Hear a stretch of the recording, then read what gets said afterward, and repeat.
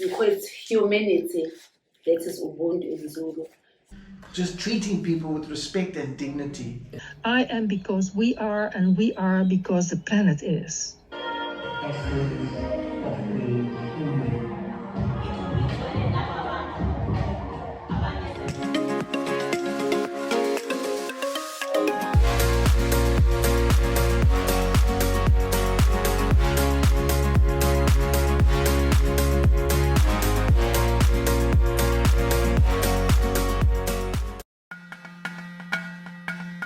We're on a hiking safari in South Africa.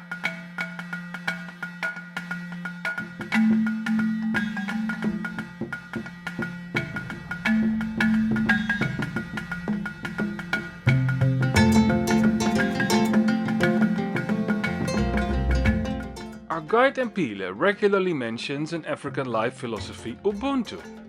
For example, when we help each other or share food. To learn what Ubuntu is, we interview her at her homestead in KwaZulu-Natal.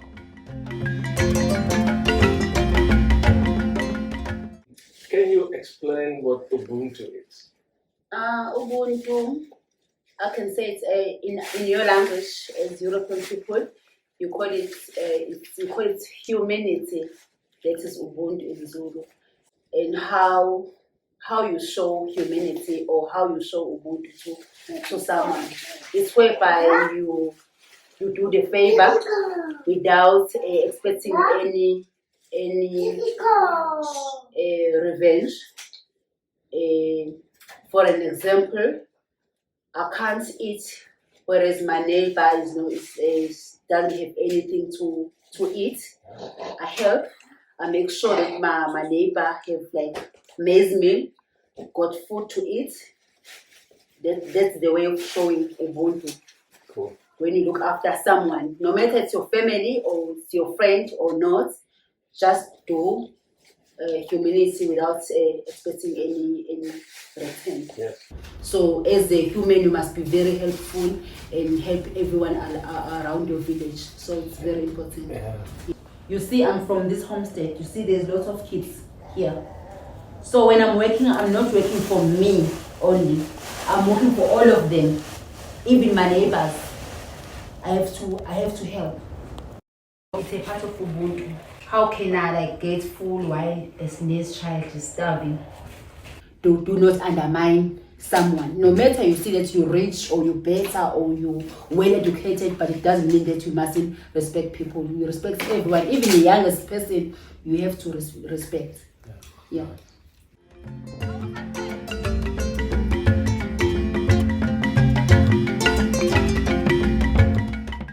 We say goodbye to Mpile and her family and connect with Annette Nobuntu Mul. The Dutch woman wrote a book about her search of what Ubuntu means.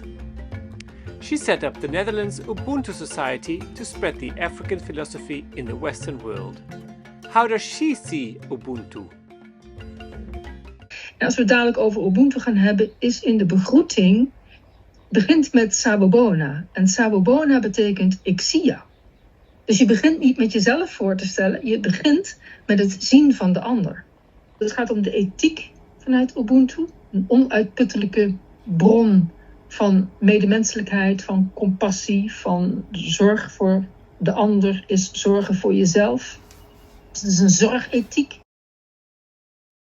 Ubuntu came to prominence through Nelson Mandela, who chose reconciliation over revenge when he was released from prison. We visit a monument that symbolizes his long struggle for freedom and the end of apartheid.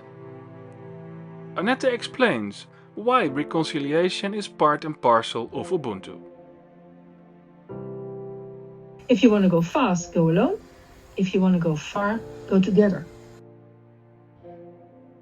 Verzoening in Ubuntu is dat je allebei kunt kijken naar je eigen aandeel in hoe het in het verleden zo heeft kunnen gebeuren. En dat je samen bijdraagt met toewijding aan een ethisch betere toekomst voor ons beiden en voor ons allemaal.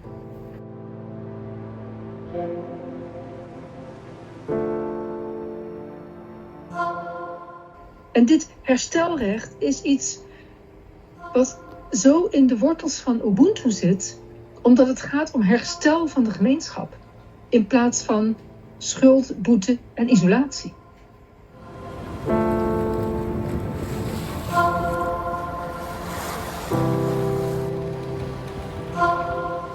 We sail to Cape Town and continue our investigation into Ubuntu on Robben Island. From the 1960s onwards, political prisoners who fought against apartheid were imprisoned here. It is now a museum.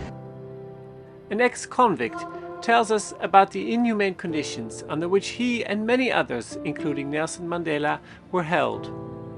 Yet, like Mandela, he chose forgiveness and reconciliation over revenge and hatred.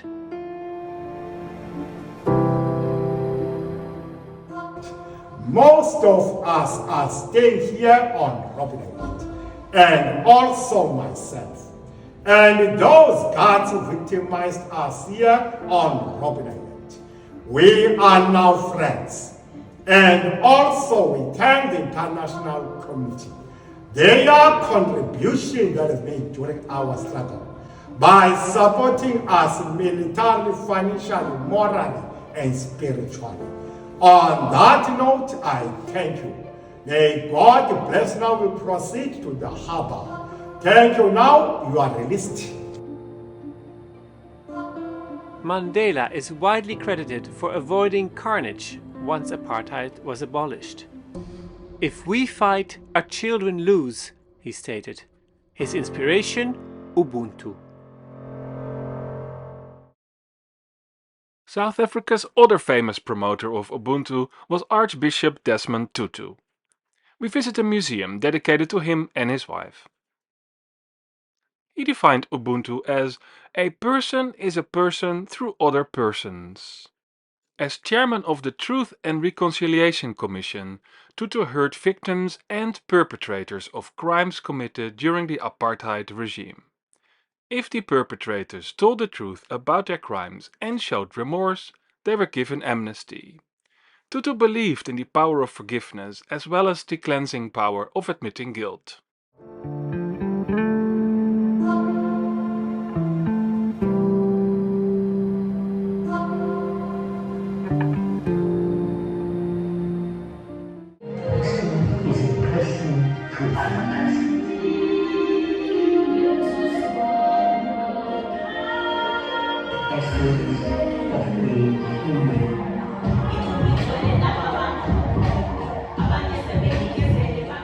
South Africa still deals with the aftermath of apartheid.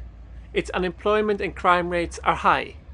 An Ubuntu-inspired foundation is helping to turn the tide. Today we're in Cape Town to visit the AMI Foundation to learn more about Ubuntu in practice. The foundation offers youth skills classes and after-school programs. Director Kevin Chaplin explains that the foundation is the result of Ubuntu in practice. So one of the most powerful philosophies or values of Ubuntu is forgiveness. How many people in life can't forgive somebody who maybe stole money from them or borrowed money, never repaid it? Many people have never really forgiven in their heart for little things. Now, if you look at the Amy Beale story, Amy was a young 25-year-old girl who just fell in love with what Nelson Mandela was trying to do and wanted to come and help this country. So she got a Fulbright scholarship. She came and spent a year here helping write the Constitution. 2 days before she was due to go home, it was a peaceful political rally. Now in 1993, don't forget Nelson Mandela was only appointed in 1994. In 1993 there was a lot of tension still in South Africa. One of the top ANC politicians or future presidents actually had been shot dead by a white Polish immigrant. And that created so much anger. So 2 days before Amy was due to go back home, there's this peaceful political rally. The police come and break up the rally because black people in 1993 still couldn't get into groups and a mob formed. Amy didn't know, and two of her black friends phoned her from the university and said, "Oh, our taxi left us behind, don't you want to drop us in the township?" Of course she would, she never saw colour. So she's driving to the township. The mob comes down and goes wild. because now her white face epitomizes the beatings they've just had and the apartheid, and they killed her. But thank goodness the story didn't end there, because 4 boys went to jail for her death. In 1997, Desmond Tutu and Nelson Mandela formed the Truth and Reconciliation Commission, which was a very powerful process to, shall we say, heal the wounds. Bring the victim and the offender across the table and say, why did you do that? Why did you kill my daughter? Are you sorry? And these 4 boys apologized. The parents forgave them and went a step further and asked the government to release them. And so they were released after 5 years in jail. 2 of the 4 boys were so humbled by this act of forgiveness that they reached out to the parents and said, we're so humbled you could forgive us. We want to dedicate our life to the youth. That's how the AMI Foundation came into being, through this powerful act of forgiveness and Ubuntu. So the aim of AMI Foundation is to educate, develop and empower children from challenged and vulnerable communities, to give them opportunities they never had, to be able to say no to the negative influences and to become future leaders in society. In South Africa, nearly 70% of 18 to 35-year-olds are unemployed. If people just had income and dignity, it would just solve so many things. And that's what we do here. Kevin gives us a tour and explains what they do here. This is our headquarters of AMI Foundation and the Youth Skills Development Center. So here it's for 18 to 35s. They have to be unemployed. They must have finished their final year of school, and then they qualify to come here. We take 150 every intake, 4 times a year.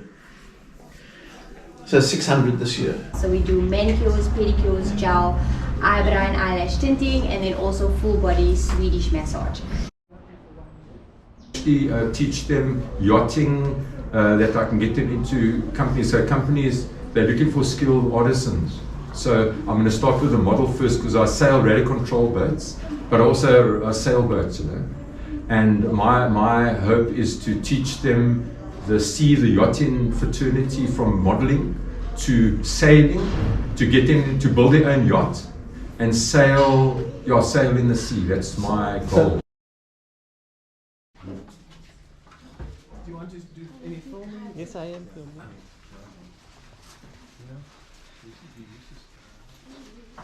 So this is our playground, amazing kitchen that we've got. So we teach them the culinary area, so all safety, hygiene, and then basic cooking skills. And then also over here we have a classroom which we use as a classroom for their theory, but we also use it as a bistro. So we invite guests for lunch, and then our students actually get to put it into practice to cook and serve. Basically they come for 3 months. At the end of the 3 months we set up interviews for them with job opportunities, CVs, everything, and then we either place them in employment or start a new business with them. We help them start a new business. 1,378 students have been placed since 2016, and for me that's the solution to even all over the world, because if you give people dignity that they can start earning their own income, you know, you need to give them a hand up. The AMI Foundation also runs after-school centers. The other 5 centers are for 5 to 18-year-olds. At the 5 centers, they're in the township. So the children walk there. So we're making sure the children don't drop out of school. 58% of children in South Africa drop out of school before writing grade 12 the last year. It's terrible. And that's from like 13-year-old, 14s. They just drop out. There's various reasons, absent parents, just, you know, losing hope. There's 60 in a class in the formal education in the townships. The legacy of apartheid has not been able to correct all those imbalances. It's going to take us a long, long time. So what we aim to do in our after-school programs is to make sure the kids don't drop out of school, don't get into crime, to violence, into gangs is a big thing, sex, teenage sex. Over 100,000 teenage girls fall pregnant a year in South Africa. So we teach our youngsters as girls, teach them to say no to the boys, you know. Teach the boys to respect a girl. That's so important, giving them, you know, life skills to be able to say no to the bad stuff. There those children can choose music, drama, dance, sport. Literacy is a big one. Maths, greening and environmental. We teach vegetable gardens and about the environment, and so that's what we do at those centres. So we're changing lives. That's what's the beauty of Ubuntu, and believing in yourself and pulling other people in, because everything we've achieved here is through others. The staff, the donors, the supporters, everybody believing in us. Kevin also tells us that he started the South African Ubuntu Foundation. The Ubuntu Foundation is to break down barriers between people of different colour, culture, religion and language, and get them to truly embrace one another, because that's what I believe is missing in the world. We can bring the moral compass back. We can get people to realise that there is a better way of living. There is a better way of practicing and behaving in business and in your community, and take an interest in your community and get them to truly embrace one another. But how? Truly embrace. How? So we run activities and interventions. That's really. We run workshops, schools, universities, corporates, about how to practice Ubuntu, how to live a better life. How, in your view, can everyone practice or start practicing Ubuntu? So each person can wake up every morning and say, how can I be part of making this a better world? Every day, just let it become a way of living. What am I going to do to make the world a better place? Let it start with the people immediately around you at the workplace. Are you taking a genuine interest in everybody at the office? Helping others. It's not always about giving money. Giving of yourself, mentoring somebody, coaching somebody to help them become a better person, not wanting to be just successful in your own life. Again, not throwing cigarette stumps out the window, littering. Ubuntu proves to be a powerful philosophy to respect and help others, forgive and reconcile. But can it go further? It's I think animals, they've got Ubuntu better than us.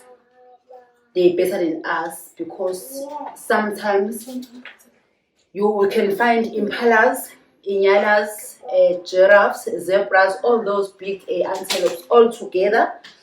They're doing what we call it a symbiotic relationship. That I told you.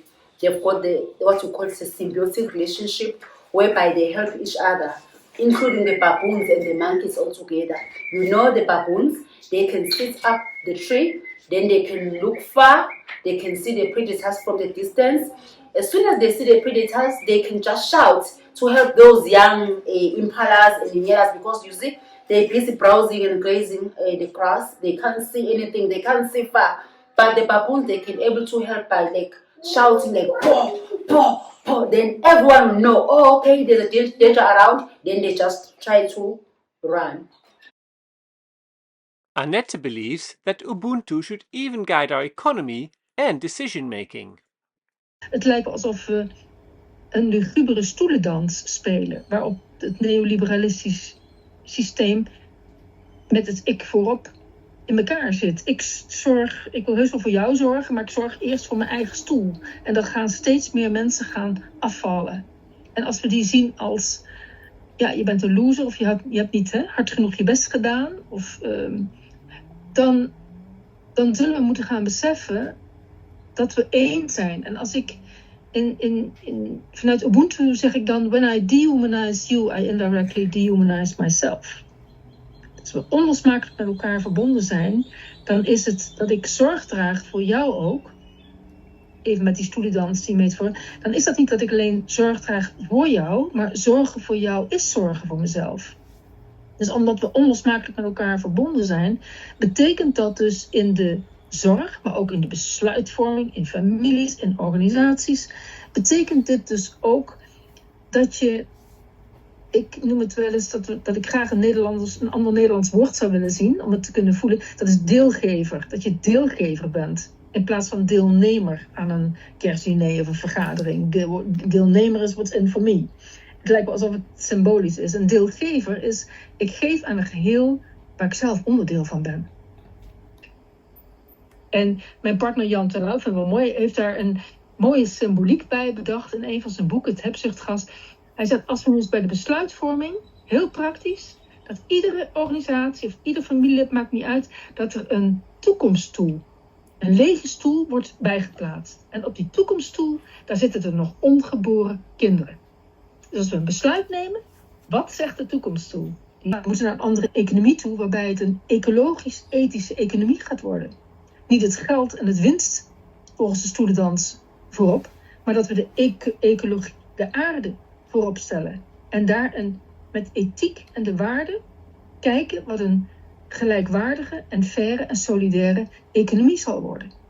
Maar de ecologie, ten gunste van de ecologie, de aarde die van en voor ons allemaal is, niet van ons, maar voor ons allemaal is, dat die voorop staat. Dus een ecologisch-ethische economie.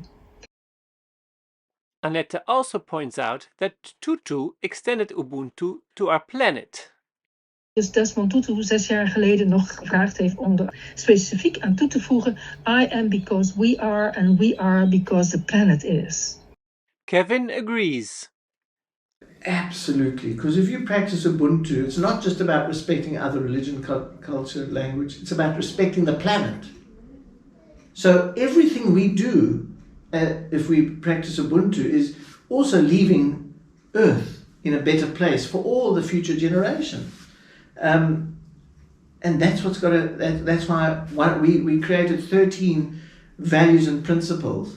Just go onto the saubuntu.org.za. And there's 13 values that we want people to pledge. And one of them is, I pledge to leave the planet in a better place. You know, I pledge to respect the earth and things like that. So Ubuntu is far-reaching in terms of getting people's mindset to respect human beings and the earth and the planet. Yeah. As a life philosophy, Ubuntu challenges individualism, selfishness, and hatred. It enlarges the circle of the we to all people and even our planet. We are because the earth is. Let's all practice Ubuntu.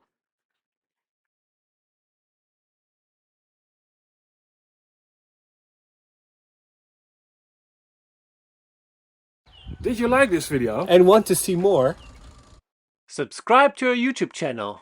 Like us on social media. Become our patron on Patreon or subscribe to our newsletter on our website.